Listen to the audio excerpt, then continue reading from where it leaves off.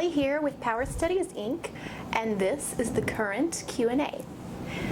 This month on the current Q&A, we're speaking with Miss Ann Holliday, Engineering Manager and Vice President of Power Studies, Inc.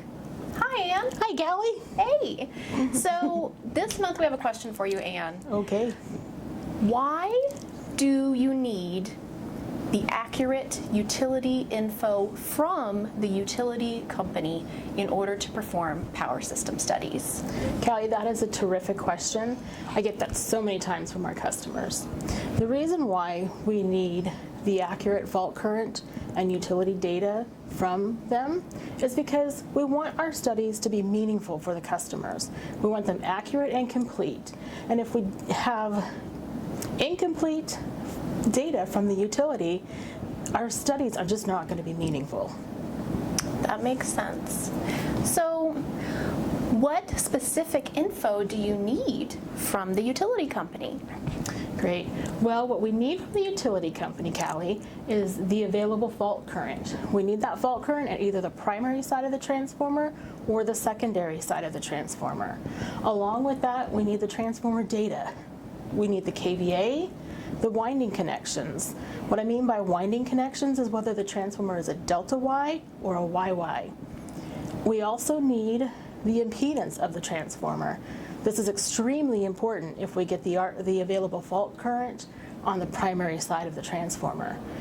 The last piece of information we need is the transformer protective device. Oh, well, how does that info affect the study? Well, it affects the studies differently. For the short circuit study, we need the available fault current to be accurate. If the available fault current is too high, we may see equipment that's underrated. If the available fault current is too low, we may miss equipment that should be underrated but doesn't appear to be because the fault current's too low. For the coordination study, we need the transformer data and the protected device. We want to make sure that when we plot our devices, that the devices that trip first are going to be the customer's devices and not the utility's devices. The last study, for the arc flash study, we need all those pieces of data in order for us to figure out what the incident energy level is at each piece of equipment.